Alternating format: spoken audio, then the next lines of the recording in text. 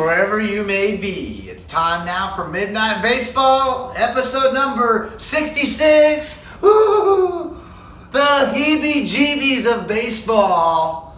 Is 66 a bad number? Is it superstitious? Is it positive mojo? Everyone has some theories, and baseball players believe in superstitions, and so let's take a chance to talk about some of those today, okay? Trivia from last night was a shout out to my boy Noah. It was a tough question. 3 pitchers gave up home runs to Reggie Jackson in a 1977 World Series from the Los Angeles Dodgers in Game 6. Who were those 3 pitchers? 1, 2, 3, Mr. Hooten, Sosa, and Huff. Hooten, Sosa, and Huff historically gave up the 3 home runs to Reggie Jackson as he became famous forever. And I always thought it was kind of funny how he brought in the knuckleballer Charlie Huff. If you've heard Reggie Jackson talking about that evening, he says he was so shocked to see that Lasorda brought in Huff, who he hit well in his whole career, but maybe Tommy was thinking just change up the pace or whatever. But 1977, Reggie Jackson, that's your answer. What am I burning on right now? I'm burning on the intentional base on balls. When this rule for change first came out, it seemed unnecessary to me. I didn't think it was a big deal, but now I've seen it play out. I do not like it. I'm a purist. I thought I was going to let this go by, but having the whole 4-finger wave over, I'm not buying it. It's too easy. I like the pressure pitches. I don't like the idea of kind of having to trick the pitcher. I don't like the whole idea of like trying to sneak it in there. But throwing it and then walking him on forward, maybe they'll throw it away, maybe they'll throw it in the dirt. It's just an interesting dynamic that always happened over the years. I miss intentional base on balls, but I don't agree with the trickery part, if that makes sense, because it's kind of like the balk move or the pickoff move. In baseball, we're not supposed to really trick the opponent. We're supposed to just beat them outright. And so the intentional walk with the base on ball is trickery. Forget about that, but I like the high pressure situation. All right.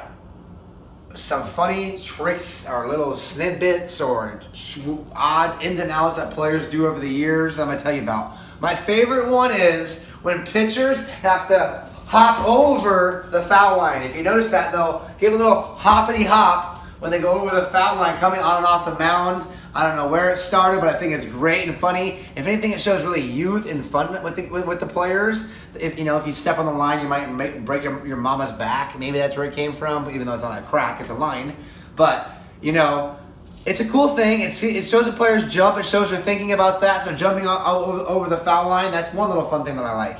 Number 2 is the changing of the socks, or lack of changing of socks, and the cap. Okay, we've heard over the years of changing of underwear and socks. I think that's kind of gross. I don't mind being gross, but I think we all know the feeling of putting on a clean pair of socks or undies opposed to some dirties, right?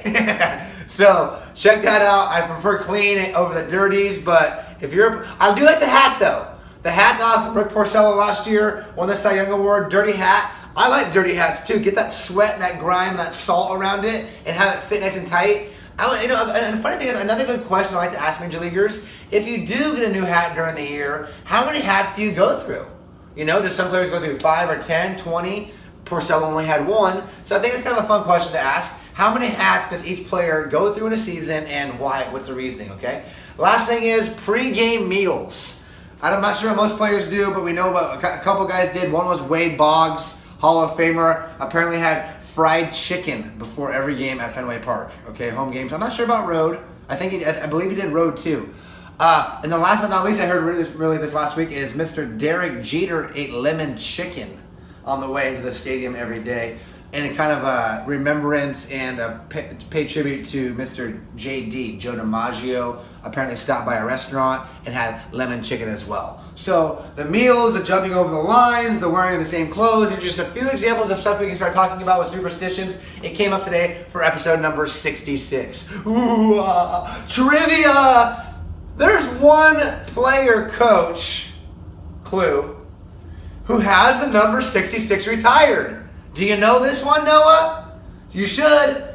66, retired, one number in history. Who is it? Shout out. One of my favorite players, one of the guys in the Dodgers. He's not one of my favorite, but I do cheer for him, Mr. Yasiel Puig. The old wild crazy horse, number 66 for the Dodgers, is finally maturing, and I'm so happy to see that. So this is a shout out, positive energy to Mr. Puig. I see what you do in the community. I see what you're doing on the baseball field. The first couple of years, you took us by storm. Year 2, you didn't know the rules of baseball. Year 3, you matured, and hopefully years 4 and 5 is when you're going to come into your own and prove what a ball player you are, and prove what an awesome asset you can be to the Dodgers organization. And for not trading them, because some organizations would have given up on players. Dodgers, we did not. We hung on to Puig, and he's going to repay us for it. All right, let's wrap it up. Gratitude, Midnight Players, Baseball Gods, Raklife.org. Check him out. Retired Dodgers number 34, Fernando. We're on a mission, okay? And let's go. I'm going to do my little, what am I going to do today? I was going to do a little rock and roll for my CD.